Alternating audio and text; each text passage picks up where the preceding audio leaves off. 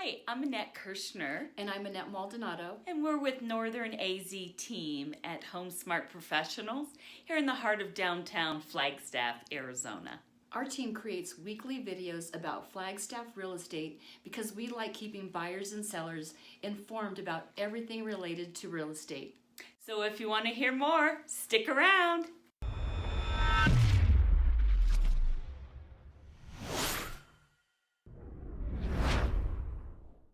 So we wanted to educate you so that you understand everything from the lending process to the day you get your keys to your new home. If you like this video, we think you're going to like buying a new construction home. So check it out. Before you start thinking of purchasing a home, there's some things that you need to know and get prepared for. Before applying for a home loan, you should have at least a solid 2-year work history, either in the same field, with the same employer, or with the same role. Lenders really want to see that you have a stable work history and a consistent line of work. They also want to see that you are growing within the company and moving up within the company. Start focusing on paying off your debt. Of course, pay your bills on time. Also, focus on paying off your debt. Start by paying off the one debt at a time. Choose one debt at a time so that you don't feel overwhelmed. Start with your lowest debt you have and focus on paying higher payments each month to know that you are not just making the minimum payment. Do this until the debt is paid off, and then focus on your next debt and so forth. Focus on one debt at a time until you pay off all your debts. Also resist the temptation to use your credit cards and create more debt. Credit cards are great, and they're great for emergencies, but you should always try to pay off your balance every month, and that's a great way to build a great credit score. Start a home saving emergency fund and start saving for your down payment, closing costs, and moving costs. I also highly recommend that you have 3 months of mortgage payments saved, just in case there is an emergency. The first step in the lending process begins with getting a pre-qualification from your lender. The lender will ask for your bank statements, tax paperwork, W-2s, and previous pay stubs. At that time, your credit will be run to determine what your FICO score is. Based on all this information, the lender will determine the amount you are qualified for. The lender will provide you with an Arizona Association of Realtors pre-qualification form, stating the amount of the home price you could comfortably start shopping for based on your income. The pre-qual form will also state the type of loan you've qualified for. And all of this is important information so that together you and your realtor can start searching for the perfect home within your budget.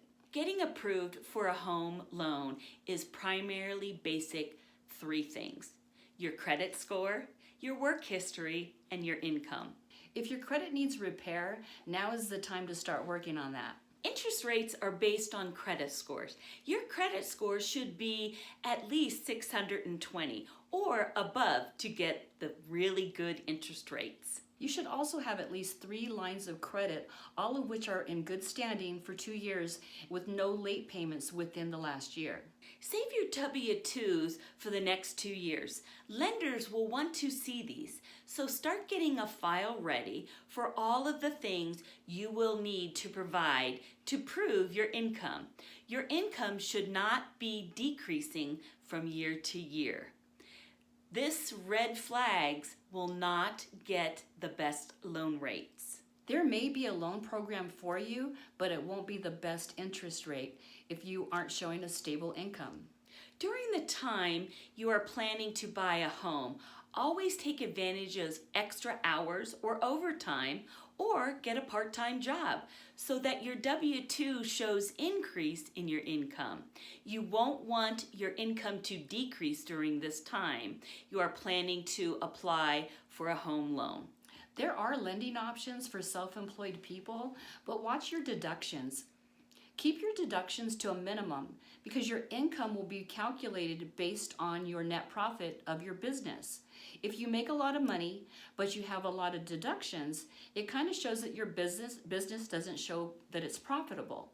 So definitely consult your CPA on this and let your CPA know that you're planning on buying a home within the next 2 years and get their advice on the best financial strategy that can make that happen. It may be time to give yourself a raise, just saying.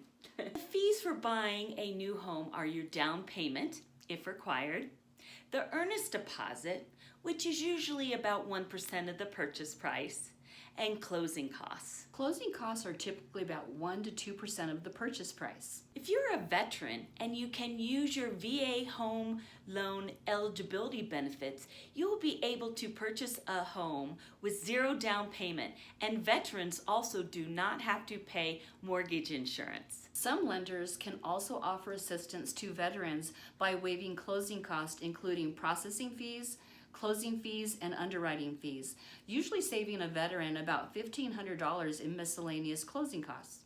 There are other ways to buy a home with 0 down payment.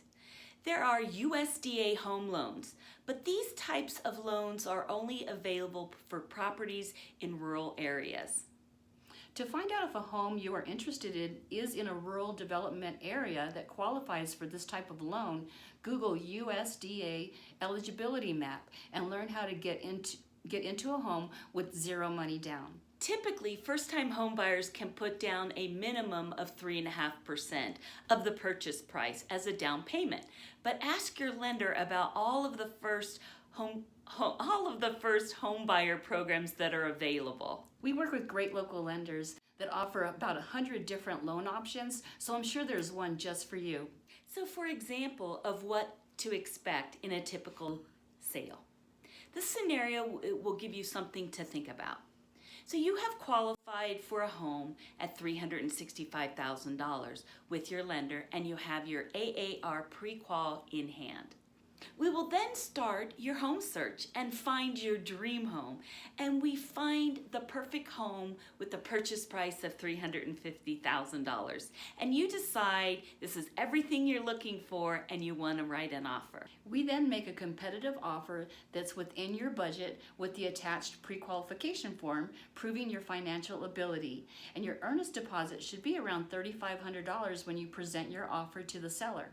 This could be in the form of a check or a wire transfer deposit. If your offer is accepted by the seller, your earnest deposit will be deposited into an escrow account with the title company.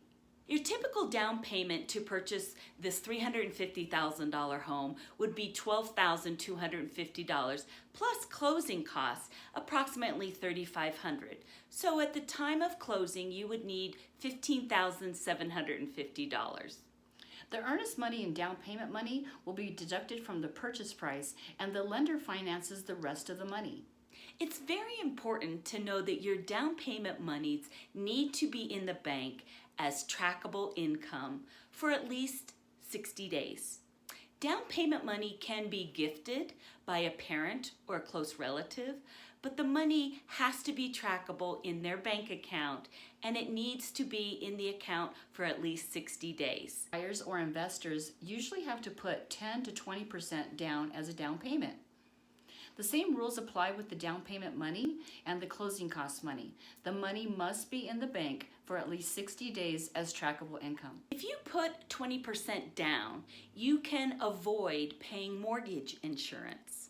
Also have money saved for other additional expenses, such as moving expenses like moving trucks, moving boxes and hiring help, and even getting your utilities turned on to your new home, because a lot of times deposits are required. That's why you should not only be saving for your down payment, you should also have a budget saved for the moving expenses. Saving for these expenses ahead of time will make the move less stressful. We do understand there's a lot to learn in the process, so please check out our next video, part 2, where we're going to talk and take you through the home inspection process and all the way to the day you get the keys to your new home.